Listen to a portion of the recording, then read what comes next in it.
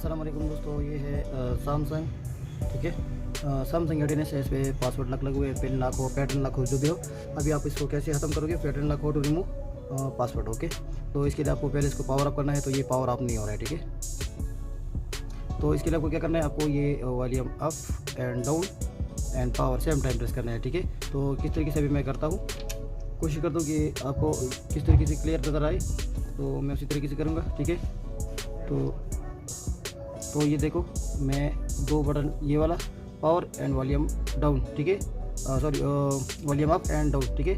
Volume up and volume down and power same time press. Okay, mobile restart, release, volume down. Okay, तो same time press all keys. Okay, press mobile restart, please release volume down. Okay, restart.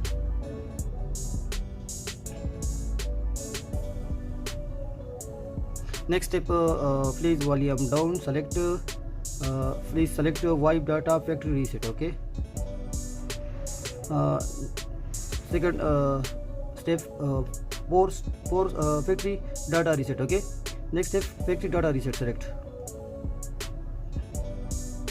Number 3 step, please reboot system, no, यानी कि select this. Okay, इसको select करो, ठीक है, और कुछ नहीं करना है।